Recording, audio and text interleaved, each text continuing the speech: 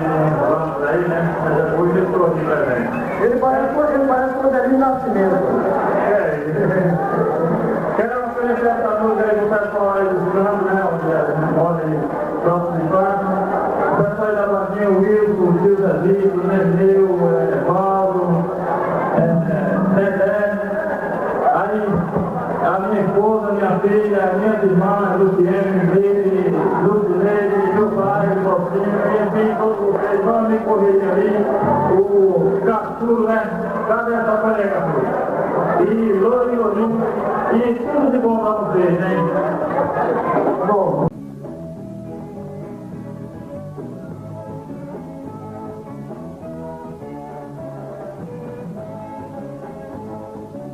Nessa jornada, convidamos você a mergulhar nas notas de uma vida, desvendando a alma de um artista que transformou sons em sentimento e palco em casa. Da poeira dos primeiros acordes na roça, aos holofotes que iluminaram sua paixão. Cada canção do Bananinha foi um capítulo de sua própria história e cada verso um pedaço de sua alma. Mas além do artista, existia um homem. Zé Raimundo foi um filho, um pai, um amigo, um sonhador. Suas lutas, suas alegrias, seus amores e suas despedidas moldaram não apenas a sua arte, mas a essência de quem ele foi. Prepare-se para conhecer a trajetória de um músico que compôs sua vida com a mesma intensidade com que tocava sua viola, e que mesmo após sua partida, continua a ecoar em cada nota, em cada lembrança.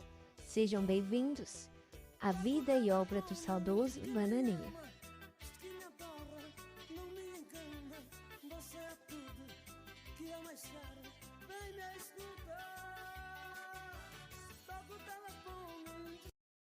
E como foi que veio a origem do nome Bananinha?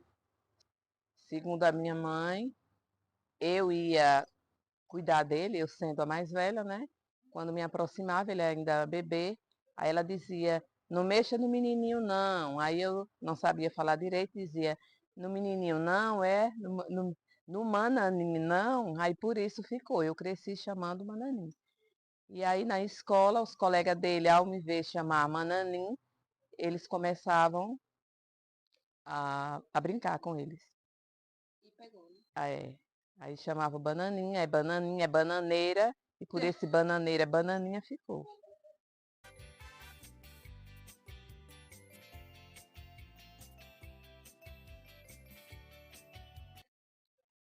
Como foi o contato dele com o primeiro instrumento? Então, ele ao passar na estrada, sempre ouvia o avô de Wilson, de Manuel de Matos, conhecido por Zé de Matos, tocando o cavaquinho.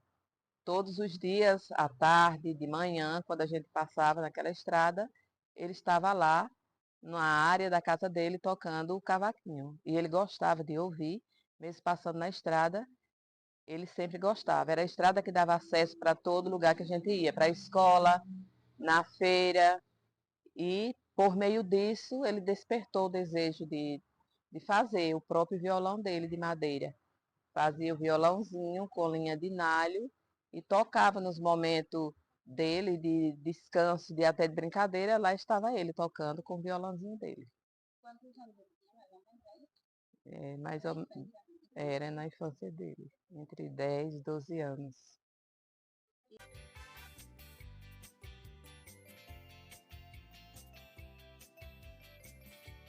Nas brincadeiras dele, ele começou a fazer os violãozinhos dele de madeira e brincava muito com esse violão. E por meio disso, ele foi nascendo nele esse desejo pela música e aos poucos ele foi conseguindo comprar, na medida que ele pôde ter o primeiro emprego dele, pelas viagens que ele fez, ele foi adquirindo aos poucos. Das árvores, né? Era tocando com violãozinho de madeira, com as cordinhas de nalho. Aí ele subia num pé de juazeiro que tinha no fundo da casa, um pé de cedro. Aí ficava lá tocando com violãozinho. Era. Criado por ele mesmo. E no tempo ele tinha mais ou menos. 12 anos. Era na fase da adolescência, né? Era Era 12 12 anos por aí.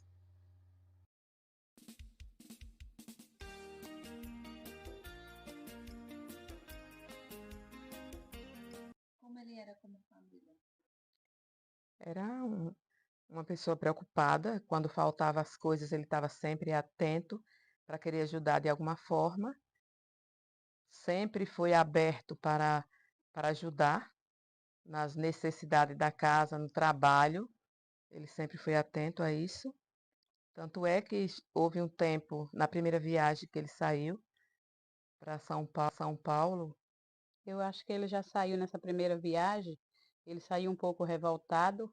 Eu acho que devido à situação, né? Como ele era muito preocupado, a casa cheia de gente, que era muitos irmãos, né? Aí ele era muito preocupado devido à situação e ele resolveu viajar. Saiu até revoltado, dizendo que não voltava mais. Mas aí lá fora as coisas é difícil, né? Ele não conseguiu o que ele saiu planejando e com 15 dias ele retornou. Aí passou aqui um tempo, depois ele voltou para lá, aí conseguiu um trabalho numa firma por nome de Miase e ficou levando os irmãos de um a um, né? Até que retornou de novo. naquela época não tinha ninguém aposentado. O trabalho era... Meu pai trabalhava na roça, era o único que trabalhava lá fora. E a minha mãe trabalhava como feirante, com barraca. E ele tinha essa preocupação de querer ajudar de alguma forma. Falar de meu irmão José Raimundo. Como família, ele sempre foi uma pessoa que se preocupava muito com a família, sobre necessidade. Estava ali sempre presente, fazendo coisas para que a gente ficasse rindo, sempre animado, colocava no braço e era assim, a vida em família. Ninguém ficava triste perto dele. E como músico, era uma pessoa que sempre estava buscando, estava sempre ensaiando e se preocupava com os irmãos também em passar esse ensinamento para os irmãos. Muitas vezes não tinha paciência, mas ele tinha essa preocupação de aprender. O professor, ele se preocupa com o aluno. Então, era isso que ele queria que ele aprendesse para na hora que estivesse tocando não dar mancada nenhuma, né? Tá sempre afiado naquilo ali que estavam ensaiando na música.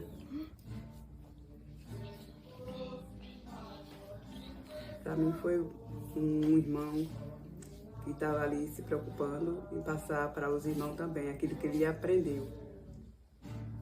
Dar o conhecimento para que não se acabasse essa cultura. Eu conheci Zé Raimundo lá no 13, em um show que eles foram fazer na casa do meu tio Tonho. Aí era Nanã e Bananinha na época. Aí a data que eles foram fazer esse show era dia 13/7/1991. Aí era no dia seguinte, aí nós começamos a namorar. Aí foi um namoro à distância, porque ele viajando para São Paulo e eu morando no 13. Aí só que assim, foi um amor muito forte que resistiu à distância, né? Então durou quase 5 anos de namoro. Aí depois foram quase 5 anos de casados. Durante esses 10 anos, Deus nos presenteou com uma filha que nasceu no dia mais triste da vida dele, foi o dia que a mãe dele morreu, mas depois ele teve a oportunidade de aproveitar as brincadeiras com ela, de ver o dia que ela falou a primeira palavra, que foi pai. A primeira frase ele estava presente também, que ela falou para ele, e ele teve a oportunidade sim de brincar com ela. Ele era muito família, né? Ele gostava, se preocupava muito com a família. E a preocupação dele mesmo era a família estar bem, né? Ele era muito unido, se preocupava com a família, né? Sim. E com os amigos? Ele tinha muitos amigos, ele dava muita atenção aos amigos dele. E ele era muito feliz, né, com as amizades dele. E aí, como era que ele era? Ele era uma pessoa boa, a convivência muito boa que a gente tinha. Só tenho boas lembranças dele. De jeitão meio rígido, mas que era um cara muito bom. Muito bom. Pra mim, é uma pessoa muito... Pra mim não, pra nós todos era muito bom ele. Viajava, tinha a vida dele sempre pelo mundo, mas era sempre o pensamento de voltar para perto da gente. Todos. Tanto que ele ia e voltava, né?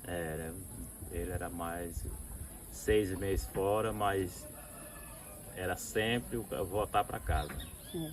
E eu acho que só ia porque não tinha jeito, né? Porque não tinha jeito. As condições não tem. Difíceis. Tinha que viajar, não tinha jeito, né? Tinha que ganhar a vida, né?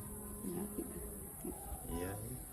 Não é tão fácil assim falar do meu pai, porque nós convivemos pouco, né?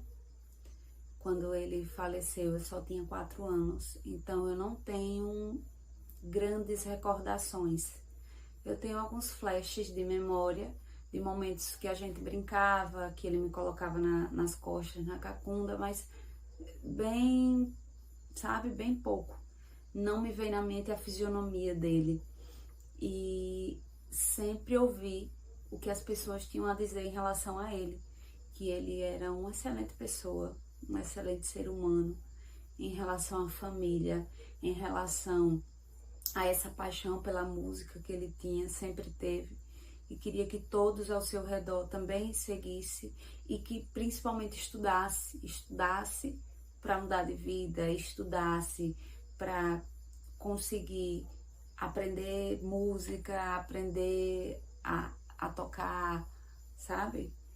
E eu não segui a carreira na música, não segui, precisei ir para a capital aos 13 anos para estudar. Então, por mais que eu não tenha continuado, não tenha seguido a carreira musical, mas eu fui seguir minha carreira nos estudos. E graças a Deus,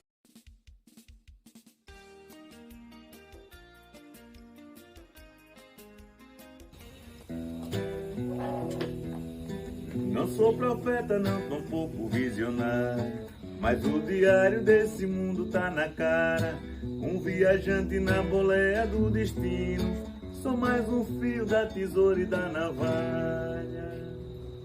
Nanã, vamos... eu quero que você conte um pouco aí sobre nosso irmão Bananinha, sobre a primeira viagem dele para São Paulo. Você lembra qual foi a data, qual foi o ano? Foi em 85.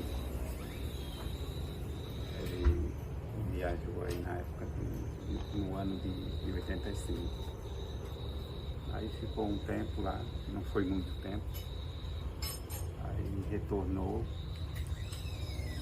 ficou alguns dias aqui, depois voltou de novo para lá. Aí já foi, só retornou para cá em 87 aí agora. Em 87, quando ele retornou aqui, ele já tinha algum conhecimento com música, ele já tinha tido algum contato com o violão lá em São Paulo, ele já tinha estudado, como foi isso? Ele já tinha estudado, já chegou aqui já tocando algumas músicas. Não era muito não, era pouco, né? Mas já tocava algumas músicas de Adelino Nascimento, algumas músicas. Aí voltou de novo para lá. Quando foi em 88, no final de 88 ele veio. Aí foi quando eu viajei mais ele. lá um tempo também, não sei. E aí quando chegou lá, quando você, nessa ida sua para lá também, né,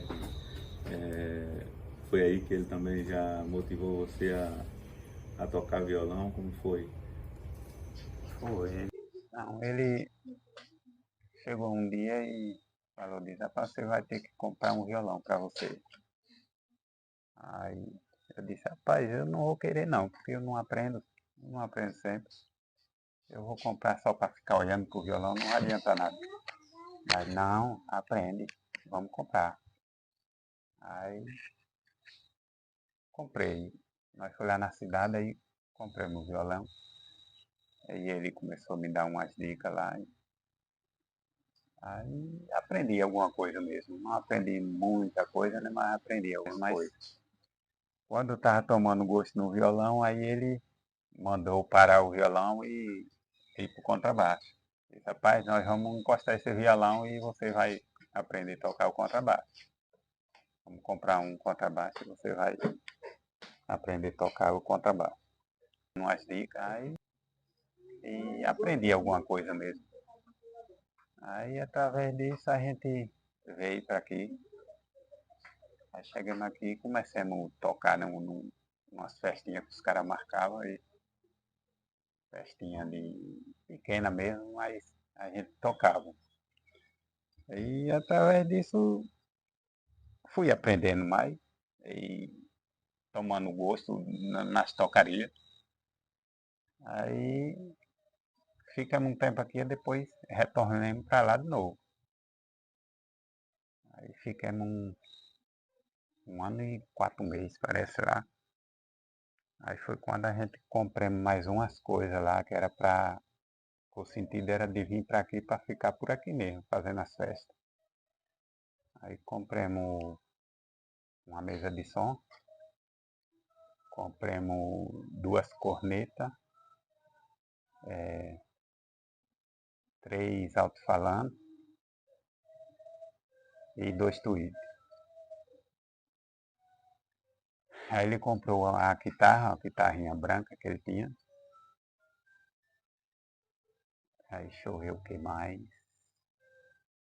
E um reverb. Aí chegamos aqui, montamos 2 caixinhas de som e começamos a fazer a festa mesmo.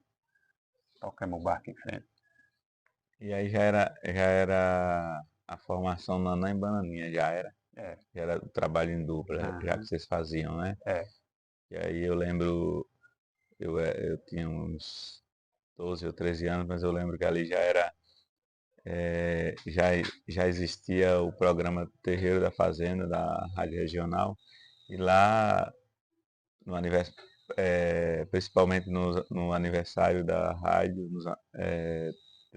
acontecia as apresentações dos artistas da terra no programa Terreiro da Fazenda. Eu lembro que lá no início era com Chiquinho Nascimento, né? E aí eu lembro da formação do Nanã e Bananinha.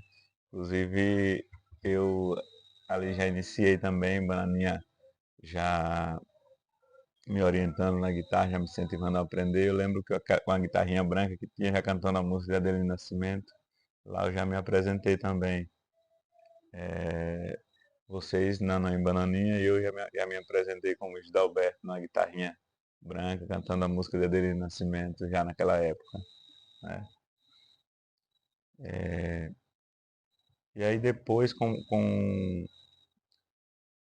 o passar do tempo ali, eu lembro que vocês não conseguiam ficar fixo aqui, ficava sempre precisando retornar a São Paulo, e aí acontecia de desmontar o grupo novamente, né? Eu lembro que uma época Toninho, de João de Gino, que também fazia parte, né, de Nanã e Bananinha, ele era baterista. Depois Tico também de Correia fez parte por um tempo. E teve uma época que não tinha nem Tico e nem Toninho. E eu lembro que Bananinha, com festas marcadas já, ele disse que o baterista seria eu, né? Aí me entregou a bateria para eu estudar e eu passei um tempo ali treinando ali na sua casa ali na época, né? É, Você não era casado ainda, a bateria lá dentro e eu passava o dia ali treinando para conseguir tocar.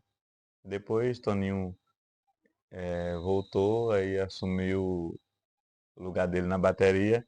Quando estava firmando de novo, aí agora foi você que precisou viajar sem bananinha, aí ficou sem contrabaixo. Aí ele disse, agora é festa marcada, né? Ele disse, agora você vai pro contrabaixo. Eu nunca tinha tocado contrabaixo, ele sempre tinha essa confiança, né? E aí fui estudar o contrabaixo, já com festa marcada ali. E aí toquei por um tempo, né, o contrabaixo naquele tempo que você não tava presente, depois você retornou e seguiu a formação. Depois eu lembro que em 96, né, quando mamãe faleceu, ele voltou e aí agora ele não viajou mais, ficou por aí. Aí foi onde formou a banda União, não foi? Por um tempo. foi. Banda União. Grupo, não? É Grupo Era União, Grupo né? Isso, Grupo União. União. E aí passou por um tempo com esse nome, aí a gente ainda fazendo com a formação de guitarra, contrabaixo e bateria. Depois, em seguida, mudou o nome para Dancidez, né? Eu lembro que teve essa época que a gente teve essa mudança para Dancidez, mas ali foi um curto tempo também. Aí, em seguida, eu acredito que em 98 foi onde firmou mesmo o nome Bananas do Forró, né? Tirado da dupla Nanã e Bananinha, né? Devido ao nome Bananinha, acabou surgindo o nome Bananas do Forró. E aí a gente já foi para a formação de teclado, não era um teclado. Aí teclado o 620, não era na época, esse teclado de cartucho. Era. Antes vocês tinham um tecladinho menorzinho, um tecladinho mais simples. Você pode dizer contar um pouquinho sobre esse teclado? Rapaz, o tecladinho foi. Ele comprou na época, lá mesmo. Aí, que era para ir treinando, né? Até que colocava no braço assim e começava a tocar. Se é de colocar numa estantezinha, colocava na mão mesmo, aqui na palma da mão, e ficava tocando ali, né? Era parecendo uma brincadeirinha de criança. Mas saía o som bonito. Aí, através desse tecladinho, a gente viajou para lá e ele disse, rapaz, vou comprar um teclado maior. Aí, se juntamos lá e comprou o teclado 620, que pegava o disquete e o cartucho. Aí já deu um som melhor, ficou mais interessante. Mas como o cara vai tocando e vai se destacando mais, aí ele já achou que já estava fraquinho o teclado, né? Aí disse, rapaz, vou passar esse teclado para frente, vou comprar outro, melhor, mais potente do que esse. Esse já está ficando meio fraco. Aí compramos o 730. Só que aí nós nos firmamos como Bananas do Forró já com esse teclado 620. Eu lembro desse teclado com cartucho. Eu lembro desse teclado com cartucho que foi naquela fase que nós tocamos muito em torada, né? Circo. Torada, em circo. Eu lembro que nessa última vinda dele, ele comprou um Chevette, né? Inclusive junto com você. Você Foi. poderia contar um pouco também sobre essa conquista aí da época, né? O Chevette foi assim, né? O Chevette, ele foi uma coisa interessante isso aí, porque o patrão dele lutava para ele tirar a habilitação lá. Disse, eu pago tudo, para você tirar sua habilitação. Ele disse, rapaz, eu quero nada e eu vou nunca comprar um carro, rapaz. Quero não. Rapaz, mas tira a habilitação, quem sabe um dia. Não, quero não. Aí quando foi um dia aí ele, rapaz, vamos comprar um carro. O cara tem um Chevetinho para vender, rapaz, vamos comprar para nós dois. Aí eu disse, e quanto é? Aí ele disse, rapaz, ele está querendo vender por 2.000. Você quer comprar para nós dois? Eu disse, rapaz, ó, eu não tenho, porque no caso vai ser R$ 1.000 cada um. Aí eu não tenho esse dinheiro todo não, eu tenho 900. Tá na conta lá. Se você quiser inteirar com 1.000, 1.100, eu tiro todinho lá, né? Eu fecho a conta, eu tiro todo e você vai embora e compra. Aí disse, então vamos fazer isso. Aí foi, tirei o dinheiro e ele seguiu para cá, comprou o carro e eu fiquei lá ainda. Fiquei trabalhando ainda para depois vir, com 2 meses ou 3 meses, parece, depois foi que eu vim. Aí ele veio, aí comprou o carro e preparou tudo aí, quando foi passado uns 2 ou 3 meses, aí eu vim para cá e a gente seguiu, né? Foi aonde começamos a tocar mesmo em tudo que era lugar, né? Isso. Torada, em circo, foi disso aí para frente. Isso. E aí foi onde, depois de tanto tocar, ele sentiu a necessidade de trocar de instrumento, né? Ali a tecnologia já estava tendo um avanço e surgiu a necessidade de um instrumento melhor, com qualidade melhor, e aí ele decidiu comprar o teclado na época, eu lembro, 730 da Yamaha, né? Você Isso. pode contar um pouco também sobre essa outra conquista. Isso aí já foi em 2000 por aí, né? Beirando 2000 mesmo. Foi isso mesmo. Porque logo que comprou o teclado aí ele tocou pouco com ele também, aí já surgiu uns problemas, né? Ele não tocou muito com esse teclado, que ele tá com tanto gosto. Aí já começou a sentir umas dores. Aí parou por aí mesmo, né? Eu lembro que naquela época a gente tava tocando muito, principalmente nos piseiros aí, que era famoso na época, né? Nos comícios aí dos políticos. E aí eu lembro que a gente ia para as festas e aí ele já não podia, ele já tinha um horário, né? Horário para dormir. E aí ele ficava no Chevette até chegar a hora da apresentação. Né? E aí, com pouco tempo mesmo, pouco uso, eu lembro mesmo na época, ele veio a falecer, né? Pouco aproveitou do teclado que foi comprado para a melhoria do grupo, né? Deval. Deval, conte aí o que você lembra sobre a dupla Nanã e Bananinha. Era uma dupla boa. Tocava bem. Como era a sua participação junto à dupla? Porteiro. Como, como, como era o trabalho seu de porteiro lá?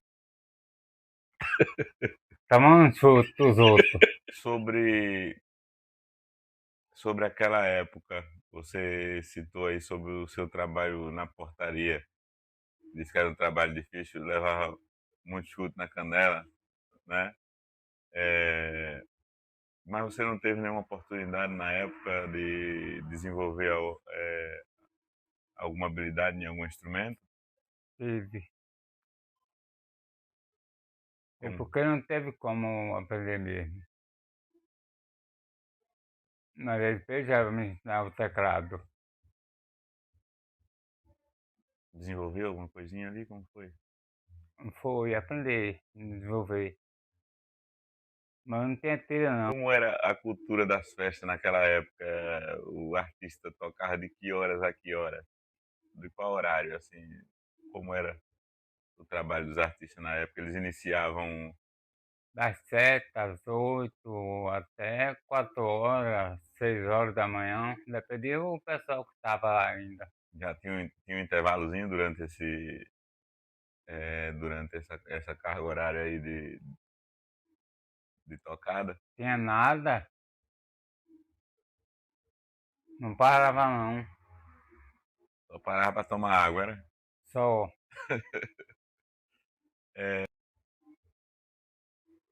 Um tempo bom, né? Foi.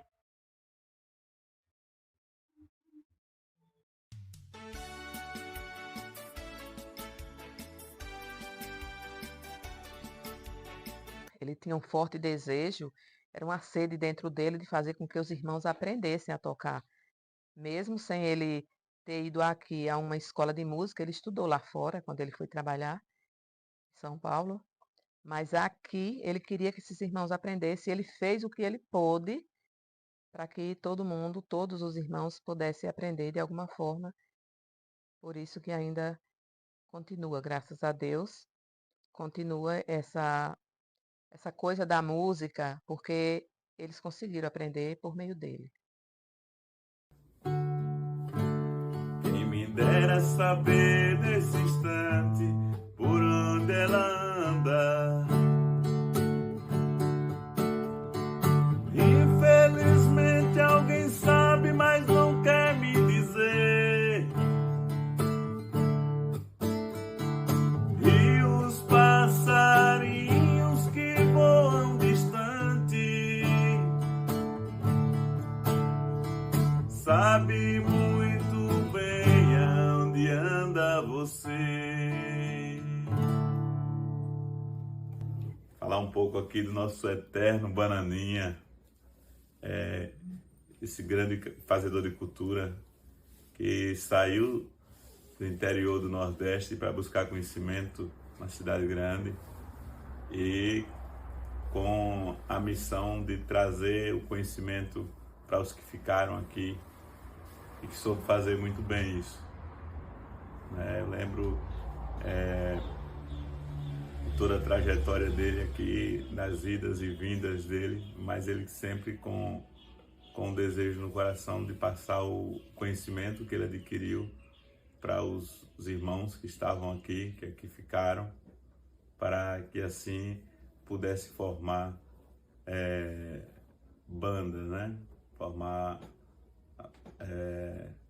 e no decorrer dos anos, ele acabou conseguindo realizar o sonho dele. Eu lembro muito bem e hoje me ajuda muito na minha trajetória também. Tudo que ele ensinou, aquele homem que sempre acreditava que o outro conseguia desenvolver também, e transmitiu muito bem o conhecimento que ele adquiriu lá para cada um de nós que ficamos aqui, que tivemos a oportunidade de termos acesso a um instrumento na época que era muito difícil, por conta de todo o esforço dele, do tanto que ele acreditou. Nessas vindas dele de São Paulo, como foi que ele começou a ensinar vocês a tocar esses instrumentos? Bananinha, ele, como eu disse anteriormente, ele confiava muito que o outro conseguia, né? Eu lembro que ele tinha uma guitarrinha branca e eu iniciei naquela guitarra, cantando. A primeira música que ele me ensinou foi: de hoje em diante posso até morrer de paixão.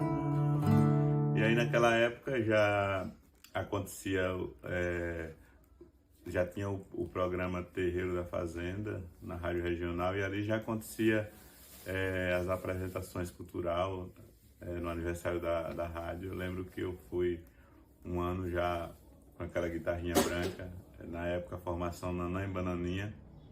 Naquela época acontecia em formato de concurso, né?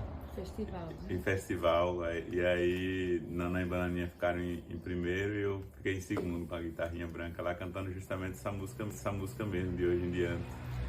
Nos anos seguintes aí eu já tocava, nas primeiras formações eu acompanhava eles, né? Mas observando e ajudando a conduzir os instrumentos, né? Caixinha de som, amplificado, bateria, para os locais da festa, quando acontecia. Naquele tempo não se tinha transporte, né? A gente levava na carroça, né? No animal. E eu, pela idade que tinha, era o motorista da época, né? E aí acabei despertando o interesse, mas muito mais pela força de vontade de Bananinha mesmo, pelo tanto que ele queria nos ver tocando e acreditava em nós. E aí eu passei um tempo tocando guitarra, né? Aí chegou uma época da necessidade de ir pro contrabaixo, e aí ele chegava: Nego Nem, agora você vai tocar contrabaixo, viu? Nunca tinha tocado, mas aí já tinha festa marcada, e aí ele acreditava que durante aquele período você conseguia desenvolver a ponto de tocar. E aí só precisava do nosso swing. Aí, vamos lá.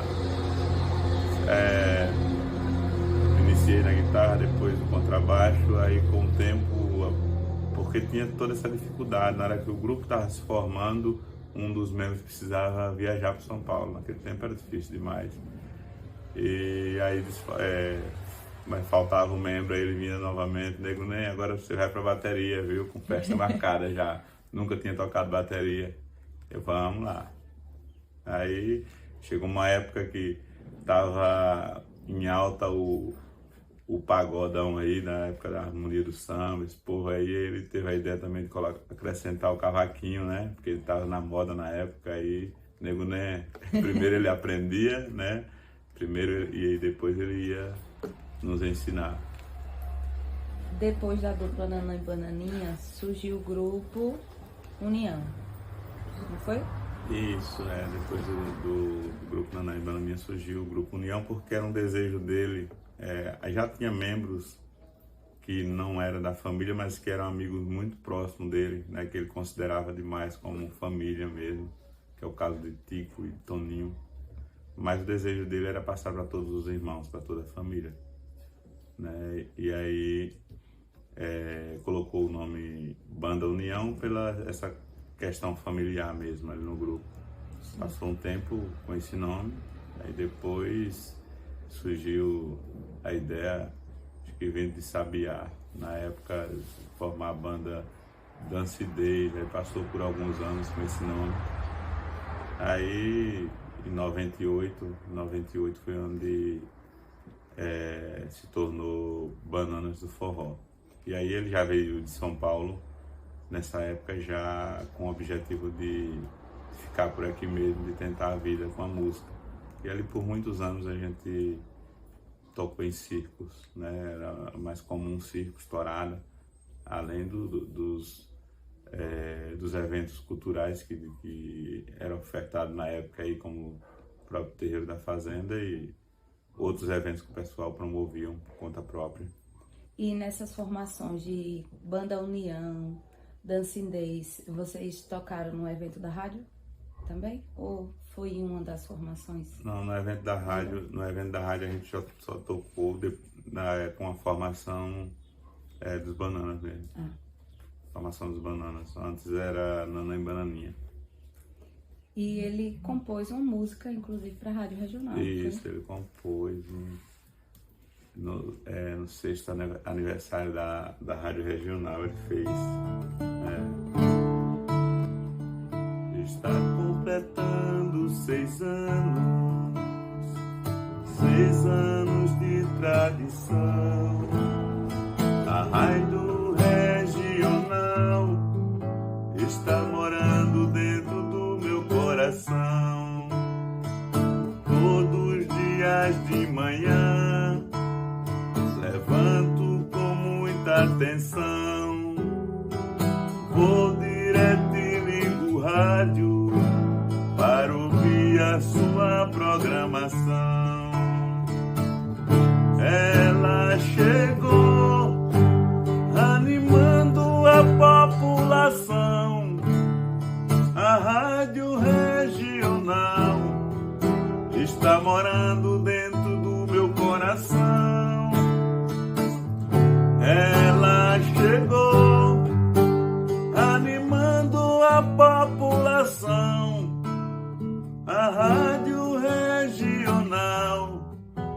está morando dentro do meu coração.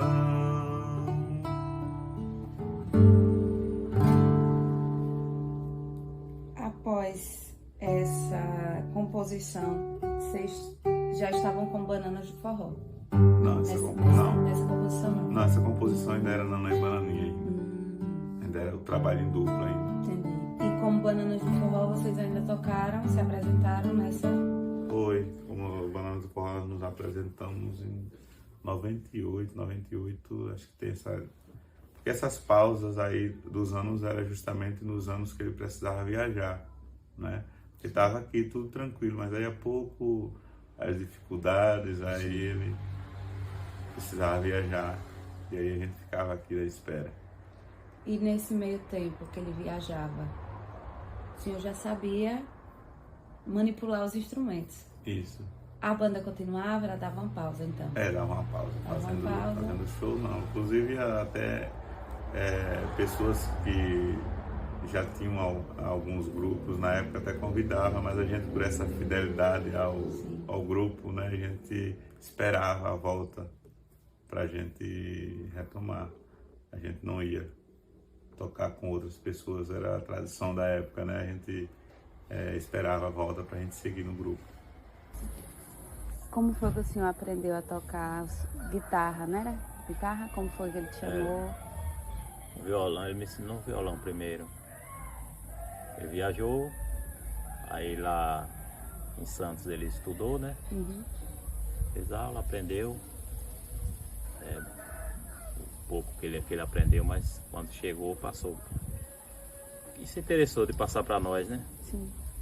Queria tocar, que era o sonho dele, a vida inteira era tocar, mas que fosse com os irmãos. Fazer sempre com os irmãos, tudo. Não queria ninguém de fora. Era mais com a gente. Aí foi ensinando. Começou com o Nanã, que era quem mais eles viviam pelo mundo, os dois, né? Sim. Depois me levou pra lá também. Aí quando voltou, aí ensinou. Aí aprendi um pouquinho. Fiquei mais eles. Tocou um pouco. Um bom tempo. Forró. E tinha a questão das guitarradas que ele fazia, né? Que era muito bom.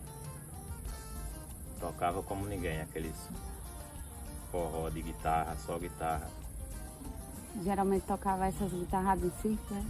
Era circo. Quando a gente às vezes é chamado no circo, ele tocava, coisa. Torada, participa muito de torada lá pro lado do Rasinho, Caboclo. Já foi várias vezes lá, torada de Jaques. E jogava duro. E o cantor preferido, Adelino Nascimento, como todo mundo sabia. Ali ele saiu a música de Adelino Nascimento, ele tinha que tocar. Bom. E me vem na memória, no momento, eu lembro de um momento de ensaio dos meninos. Na época, eles tocavam com mais instrumentos. De uma participação rápida em um ensaio, eu peguei um triângulo. Se não estiver enganado, foi até seu pai que me passou o triângulo e me colocou para acompanhar o grupo em algumas músicas. Isso era um menino ainda, né? Um maiorzinho, né? Digamos assim, mas acompanhei de algumas músicas, acompanhando alguns ritmos, né, de forró, no caso, um shot, até inclusive um arrastapé, nesse tem uma velocidade maior. Mas esse foi um momento inicial e algo assim, digamos que bem rápido. Esse foi o contato rápido com a musicalidade que estava no meio, ali no dia a dia. Passado algum tempo, eu lembro de lá na casa dele, eu vi dentro de um berço um instrumento com formato de violão, um instrumento pequeno. Inclusive falei que usei a seguinte expressão: olha, um violãozinho pequeno. Naquele momento, seu pai me perguntou se eu queria aprender. Eu respondi que sim. E na verdade, pelo que todos dizem, Ele queria que todos aprendessem. Isso, eu tava Todo mundo. E homem, a mulher, de quem aparecia. Isso tava. De ensinar. Isso era claro, assim, se a gente fosse observar a forma com que os outros foram tendo contato com a música, digamos que se identificavam em um determinado momento, que, tipo, esse aqui já pode fazer parte do grupo, vamos aumentar o grupo, apresentar mais um instrumento. Até mesmo porque era perceptível que constantemente ele estava trazendo coisa nova, ele apresentava coisa nova. Como ele viajava com uma certa frequência, normalmente chegava com novidades. E nós estávamos comentando justamente isso, que para a época era tudo muito atual. Que na região algo parecido só veio surgir muito depois. Ele sempre chegava com novidade. E aí, assim, a gente via ele tocando vários instrumentos e tocando muito bem. Também tocando vários ritmos diferentes e também fazendo com muito cuidado, muito zelo, muito bem feito o que ele fazia. Ele procurava sempre fazer com muita qualidade. E era perceptível também que ele exigia uma qualidade interessante também dos outros que estavam ainda aprendendo. Ou seja, ele queria compromisso de quem estava ingressando ali no contato com a música. Do mesmo modo que ele demonstrava ter higiene de fala, que ele estudava, ele praticava bastante. Então, com esse contato com o instrumento era um cavaquinho. Ele me apresentou ali os acordes de uma música inicialmente, e uma coisa que ele sempre destacava era o seguinte: você, além de aprender a tocar música, você tem que aprender a cantar a música. Eu tinha que ter condição de me acompanhar, né? No caso, cantar e tocar simultaneamente. Desenvolvimento de duas habilidades ali. Tinha uma dificuldade danada, assim, em executar as duas tarefas ao mesmo tempo, mas foi, digamos que, um exercício muito importante para o que viria depois. Não sabíamos o que vinha depois, né? A gente nunca sabe o que vem depois. Mas de fato é que, infelizmente, ocorreu o falecimento dele.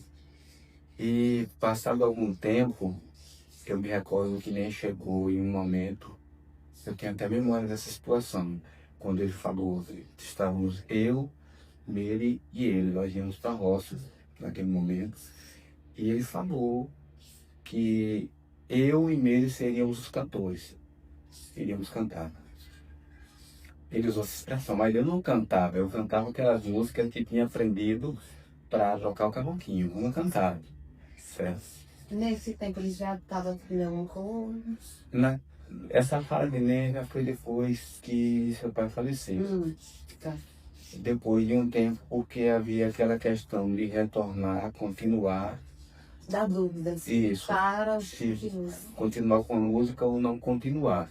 Então, já pensando no retorno, nem chegou a usar essa expressão, porque ele era o cantor e para o retorno agora ele seria o tecladista, né? Que a formação do grupo era com o teclado, arranjador.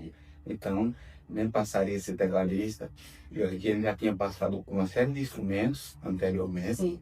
Então, eu acho que todos, né? Porque a cada momento era um instrumento. Hoje você vai tocar baixo, hoje é bateria, hoje é guitarra. Isso é de acordo com a necessidade que surgia, e se adaptando ali, tendo que aprender a tocar um outro instrumento.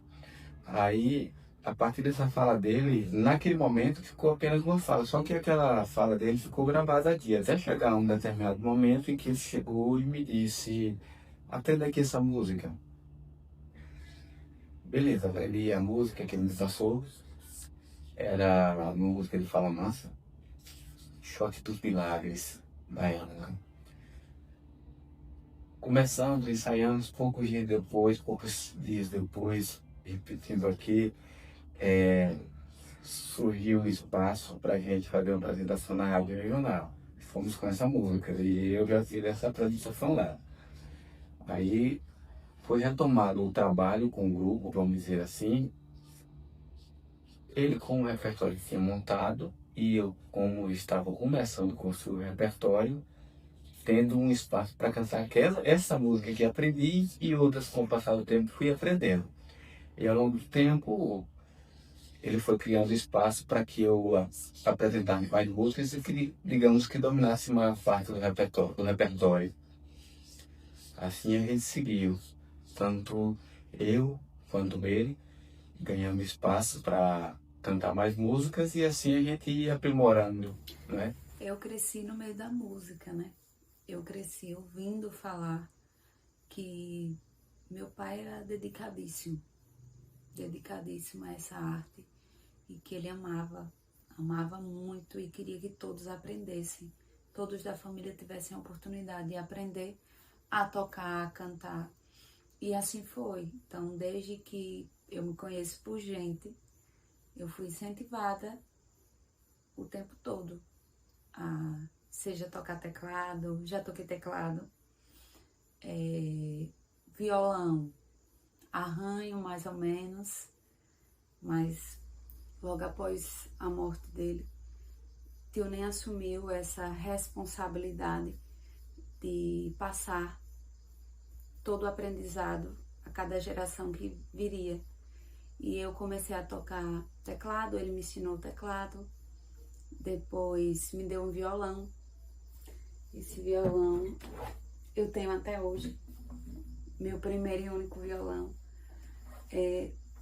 Não segui de fato essa carreira artística, musical, mas nos últimos anos eu tenho pegado, e principalmente para fazer esse documentário eu tenho treinado um pouquinho e tenho me descoberto em relação ao canto, né? E eu não quero deixar morrer esse legado que foi deixado e que tem passado, tem atravessado gerações.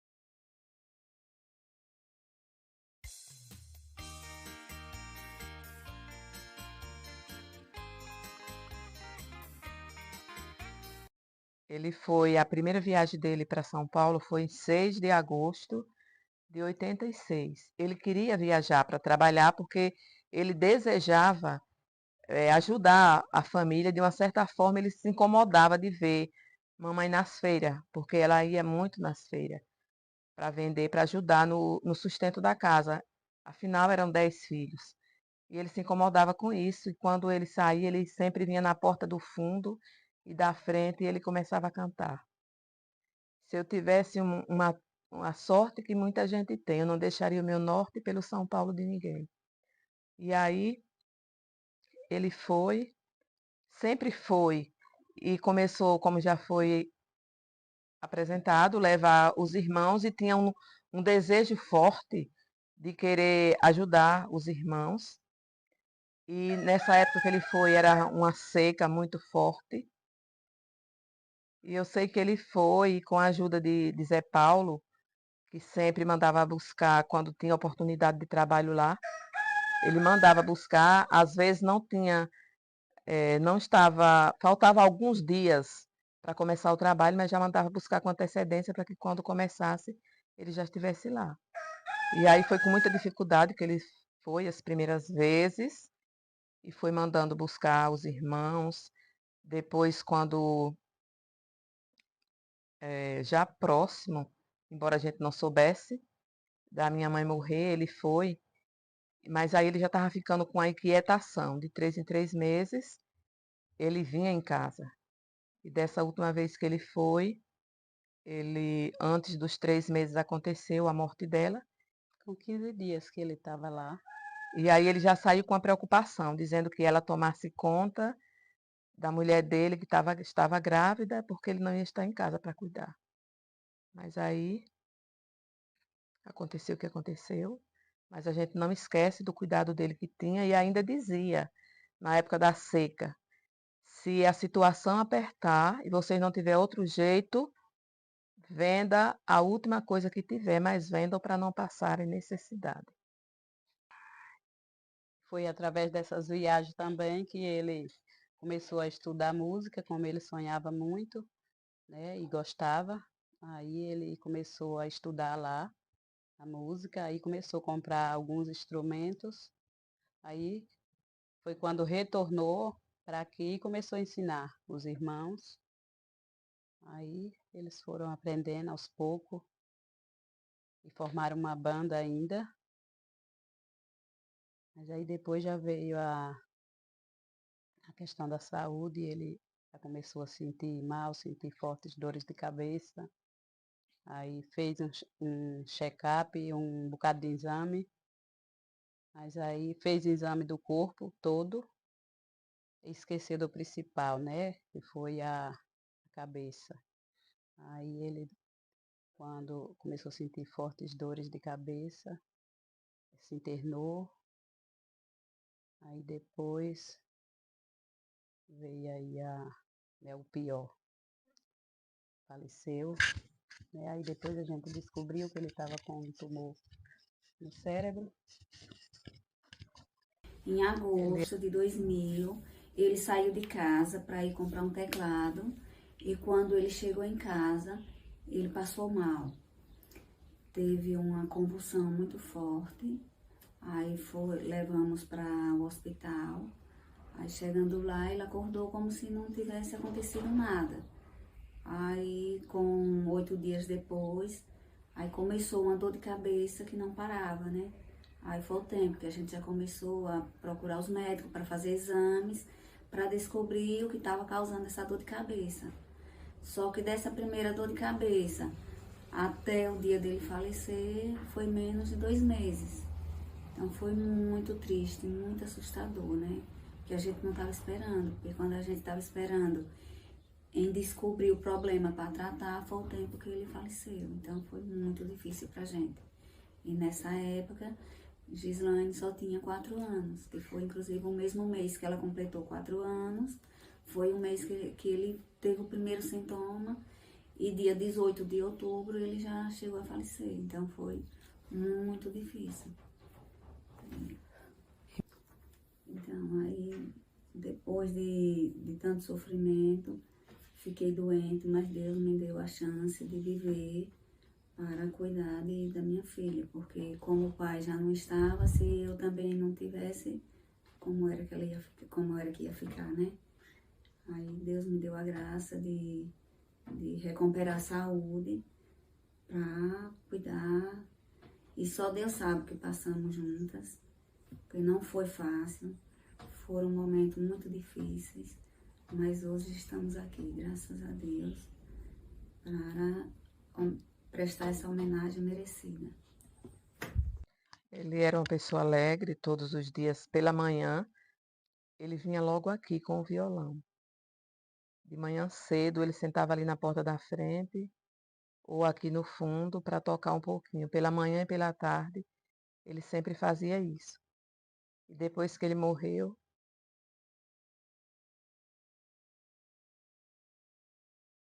não gostava de viver triste, sempre.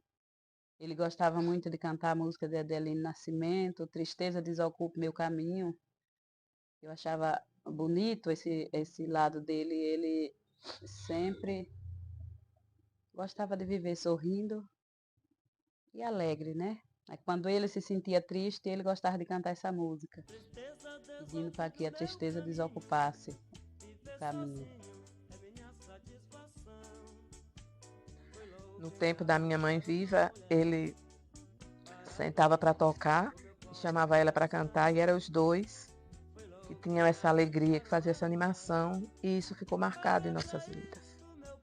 Então, se ele estivesse aqui, ele estaria muito feliz de ver que o legado dele continua, porque a filha, os irmãos, sobrinhos, todos estão seguindo o que ele mais amava, que era a música, né?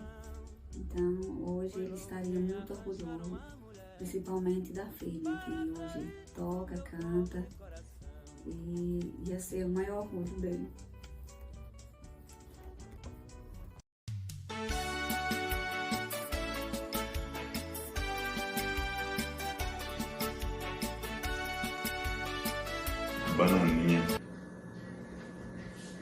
Bananinha a gente conheceu no começo assim do período assim, da carreira mais forte dele como cantor, né? E com as festas dele aqui na região, que ele realmente cresceu muito, né?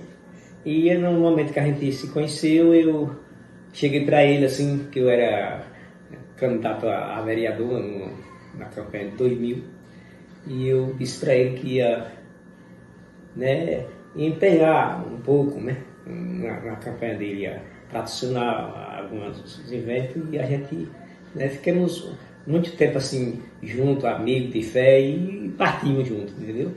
Eu fiz muitas brincadeiras na região, e ele sempre era a minha banda preferida. Como essa banda era preferida, não só aqui no Belém de Fátima, como na região, e cresceu bastante. E foi muito triste, né, os momentos que a gente dá o final da vida dele, porque eu participei quase tudo, porque foi aquela festa mesmo, a última festa assim da minha campanha, como eu ganhei em primeiro lugar como vereador, e foi a festa mais principal, foi junto com ele. Naquele momento ali a gente foi muito feliz, foi tudo abraçante, a família toda dele, e a gente, né, e ele era um que correu junto comigo, né, pra gente se eleger, e ele estava naquele momento muito bom também na carreira dele. E a gente foi muito ruim, né, porque aconteceu aquilo com ele, que eu participei mesmo. A gente levou ele para Lagarto um dia, com 8 dias depois a gente teve que levar para Aracaju e acabou indo embora, Bananinha. Foi muito triste na nossa vida, sentindo a falta dele. Até hoje a gente sente essa falta, muito, muito, muito. Bananinha era um cara legal mesmo, a família toda, né, que era uma banda da família, e ele era o principal, ele era um cara principal. E eu tenho muita saudade, essa falta eu sinto até hoje. Bananinha é uma pessoa muito responsável e séria em tudo que fazia. É um cara muito dedicado à música. Sempre incentivou nós também a buscar esse caminho também da música. E dá muito ensinamento para nós, muita dica. É um cara bem persistente nessa parte, sem pegar muito no nosso pé, mas para o nosso crescimento. Às vezes nós até, não gostava muito, porque ele era muito insistente, mas porque ele queria que nós chegássemos à perfeição, que ele sempre mandava nós estudar bastante, treinar, porque era para chegar à perfeição, né? Tocar com mais qualidade. E foi essa pessoa sempre lutadora, sempre firme, forte, um cara muito sério no que fazia e muito responsável. Como um amigo e como vizinho, uma pessoa ótima. Não tenho o que falar dele, aliás, de toda a família, né? Né, principalmente Nanã, Puxa, na nossa época de solteiro, vivia andava junto, ia para as festas. E quando nós ia tocar junto, era aquele negócio, aquela alegria. Nós chegávamos nos barzinhos para tocar aí, os forrozinhos por aí, né, na comunidade. Então, tinha muito conhecimento, era uma pessoa que tem muito conhecimento. Bananinha tem muito conhecimento nessa região por aí toda. Um cara muito respeitado também pelas pessoas. O caráter dele era sem tamanho. Eu tenho que falar dele só coisa boa, só elogio, porque foi uma pessoa excelente, excelente. Apesar de Deus ter tirado ele do nosso meio, nós não sabemos qual motivo, só Deus sabe, né? Deus sabe todas as coisas, nós só temos que aceitar assim mesmo, sem querer. Mas é assim a vida é assim, cara. É o que eu tenho que falar do meu amigo, é isso. Pessoa ótima, pessoa inteligente, um cara bem pra cima.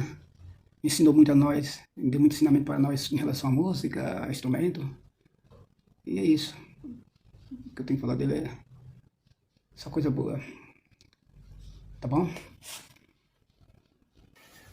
Fazer aqui uma homenagem ao meu amigo, Banana lá, cabeça da banda, que o senhor levou.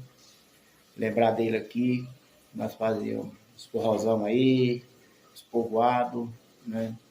Panela, ali nas povoadas aí vizinho aí, Formigueiro, em Aliópolis, a gente tocava na redondeza aí, tudinho aí. E era muito bom. Nós era bem, tava bem, indo bem, né? Não faltava forró. E...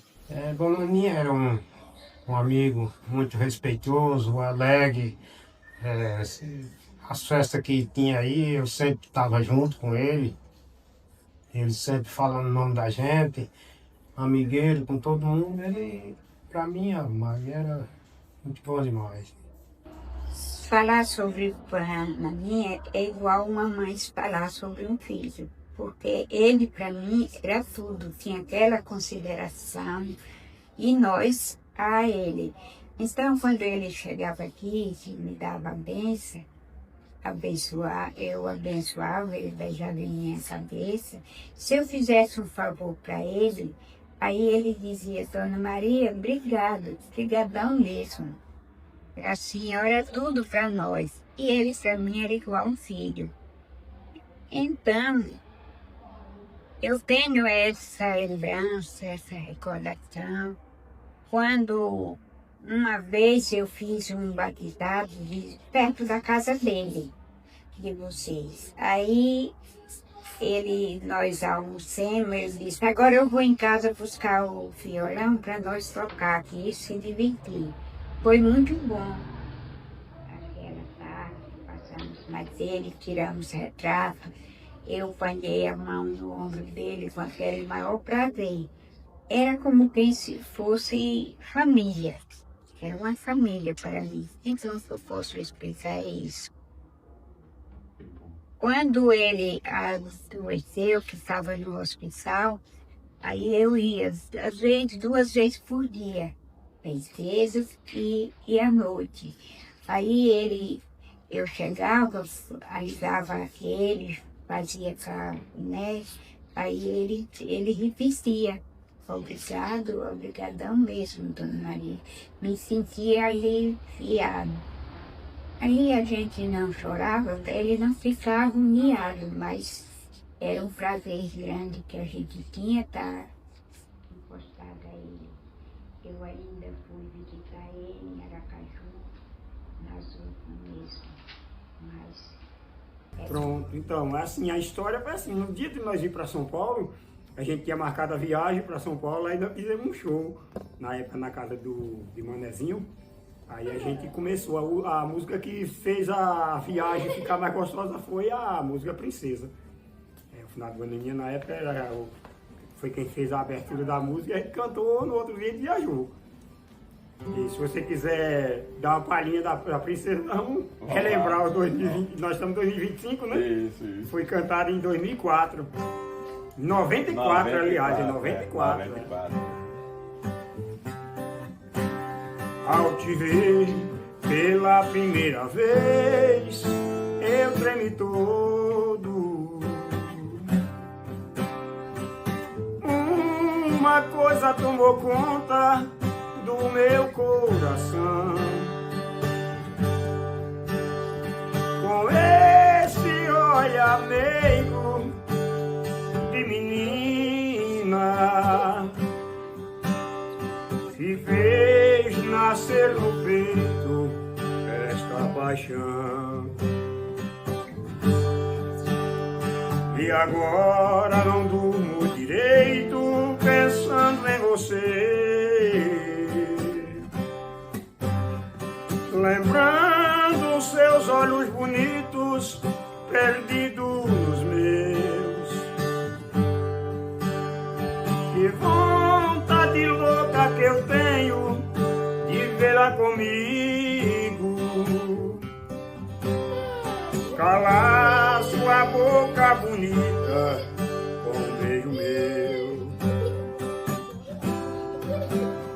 Princesa, ó deusa da minha poesia, ternura da minha alegria, nos meus sonhos quero te ver. Princesa, a musa mar dos meus pensamentos. Enfrento a chuva, mau tempo, pra poder um pouco te ver.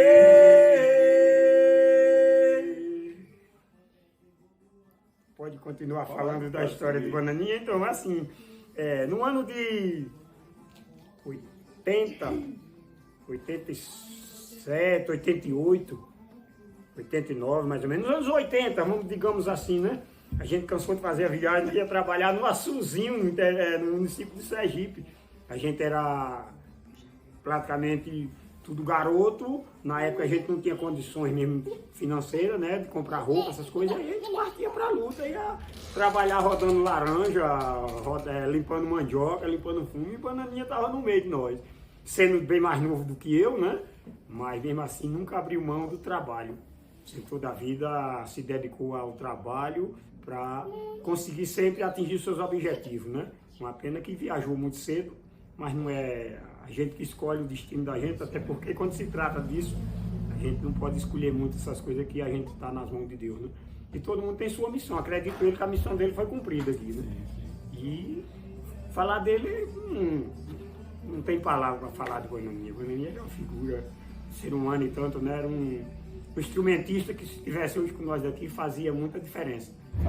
Mas é assim, a gente estamos aqui para deixar um legado, né? Deixou aqui uma filha que está fazendo um trabalho excelente, né? Para não deixar morrer o começo, né? O início de uma campanha que ele sempre fez, gostava muito de tocar e de cantar. Falar do saudoso José Raimundo, o querido Bananinha. É lembrar de uma parte linda da minha infância, da minha adolescência. Lembro que, quando eu era ainda criança, ele olhava para minha mãe e falava assim: Dona Maria, e essa moçona aí, hein? Porque eu era miudinha, então ele brincava desse jeito. Logo depois vieram os forrós. O tempo bom. Eram os forrós dos Bananas.